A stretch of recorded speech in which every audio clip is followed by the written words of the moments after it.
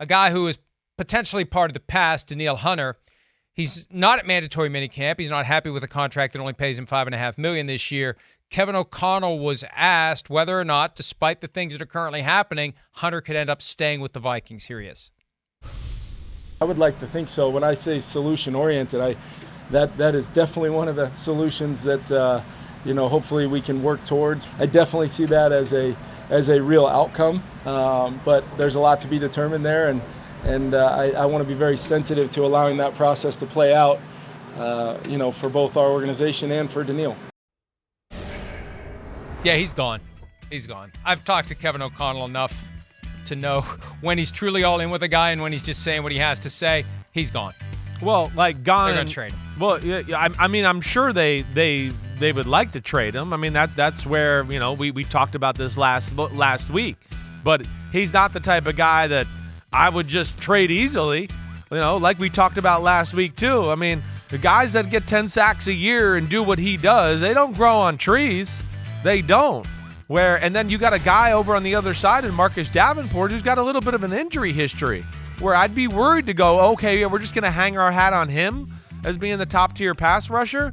So, I don't know where this will all come to a head or how they're going to figure this out because, yeah, I understand Danielle Hunter's probably feels underpaid, but he's also a guy that's, had a neck injury that we all wondered whether that was going to be a real issue for his career. We know that scares teams away, right? So maybe they want to see another year before they properly invest in him financially. But I don't even though they might want to trade him and do that, like you're saying, I wouldn't give him away unless it was something really handsome. I wouldn't just go, we got rid of him just to clear the books or clear the $6.5 million off of our, salary cap.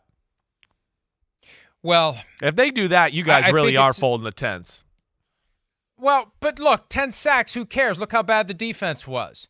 Zadarius Smith, 10 sacks. Who cares? Look how bad the defense was. I think the addition of Brian Flores instantly makes the defense better regardless of who the players are because it's going to be scheme-driven game by game, not we're going to do the Ed Donatel thing that they're going to pick apart by the end of the season because they know everything that we do. They know all our tendencies, all of our tells. We're going to craft a defensive approach each and every week. I think their defense is going to be better even if they move on from Danielle Hunter. Hey, ideally he stays. I'm just trying to read what O'Connell is saying. Right. O'Connell seems resigned to the fact that there's no good way out of this. And when they restructured his deal, they gave him a lot of money last year. When you look at only $5.5 million this year, of course it cries out for something. It cries out for something, an extension or a trade. Something's got to give because $5.5 million is way too low for Danielle Hunter. And anyone that would trade for him had better be ready to pay him whatever he's looking for. And this is kind of the Chris Jones thing. It is. How many more of these contracts is Danielle Hunter going to get? Yeah. Not many. This is it. This is his shot. No, I hear you. This is his shot. He's still young. He's younger than Chris Jones, right? So, but this is the prime one here. It is, and I get that. But yeah, it's just I find it intriguing. And I know you bring up the point of he got 10 sacks. Zadarius Smith got 10 sacks.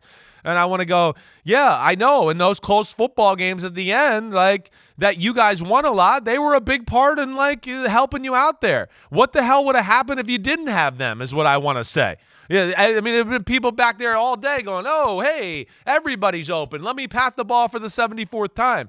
I guess that's where I'm just a little surprised. I'm a little surprised, but not surprised by his take. I guess a little surprised by Minnesota just wanting to abandon ship with Dalvin Cook and now him. I'm still, I guess, wrapping my head around that whole thing.